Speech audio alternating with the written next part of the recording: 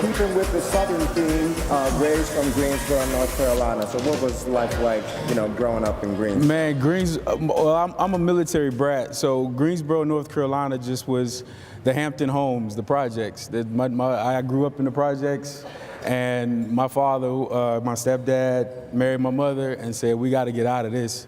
And he joined the Army. He was a drill sergeant. I grew up a military brat.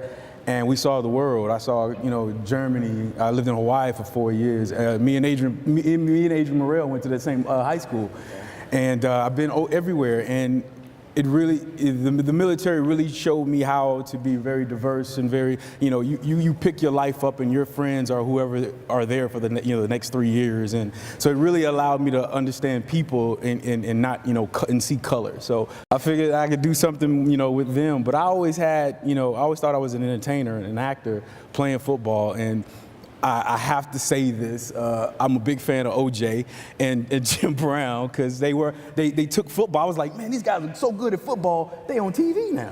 And I was like, that was my blueprint. I was like, I'm gonna play football and I'm gonna get on TV.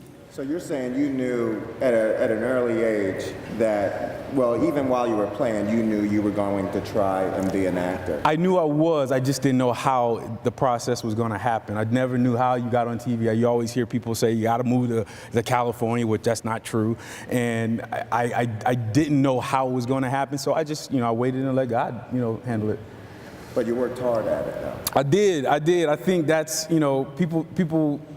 And you say it all the time. You're like, man, I see you on TV all the time. I'm like, no, you don't. You don't see all the auditions I go to and don't get. And people don't understand there's a process to this. It's just like playing ball. You have to, the more reps you get, the better you are. And, that's what, so I hit the streets hard. Do you think, the common practice of you getting yelled at in our special teams meetings helps you deal with getting turned down from some of these jobs? Look, I'm a defensive back at heart, and I've never been beat like most of us. So I've never had a touchdown thrown on me ever. And that's how I look at an audition. I wouldn't. If it was for me, it's for me.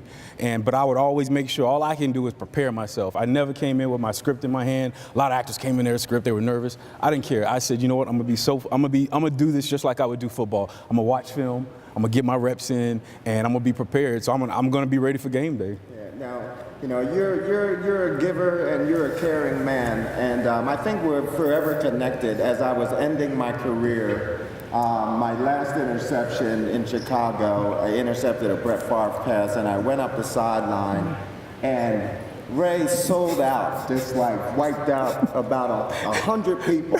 And I still have that picture, but in that picture, you are selling out for me. And that's what, teammates are all about. And I always appreciated that, and I appreciated our time together in Chicago. So the fan-controlled football league, you're also an entrepreneur. Yeah. And you started putting some of this on Instagram. I didn't know what this was, but I started following it. And talk a little bit about that, because it's super interesting. It is probably the biggest thing that I've ever done, including the acting, the football, all that stuff. Me and my partners, we're rethinking football for the digital audience.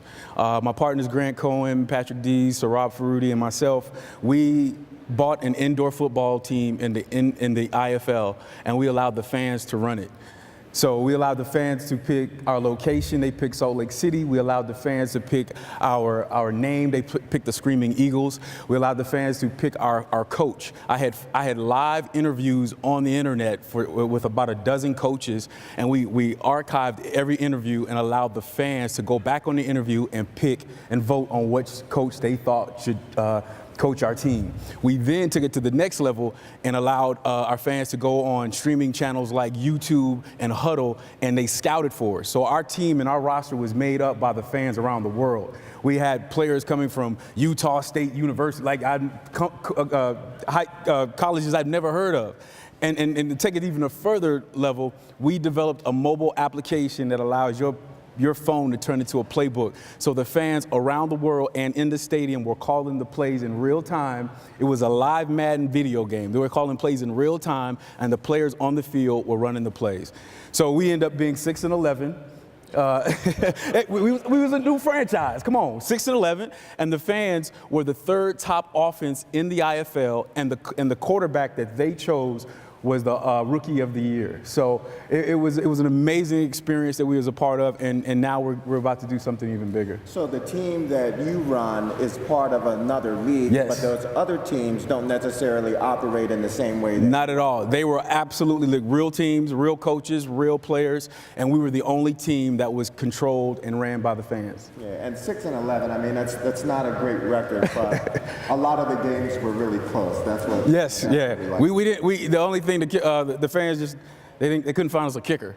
So we lost probably about 5 games under like 11 points. So Ray, that's fantastic. So what has your football journey meant to you in this life? you know what, it's just been another stepping stone. I look at all the things that I've done has gotten me to this point, and it's prepared me. So I knew football wasn't the door, the holy grail. I just knew this is going to catapult me to do the things that I want to do. And I appreciate football, the fraternity of this, and to be here talking to my brothers, man. I've been in the back nervous because I'm so thrilled to be here and be able to come back how life is full circle. And the things that I did here allows me to do the things that I've done in the future. And I just love it.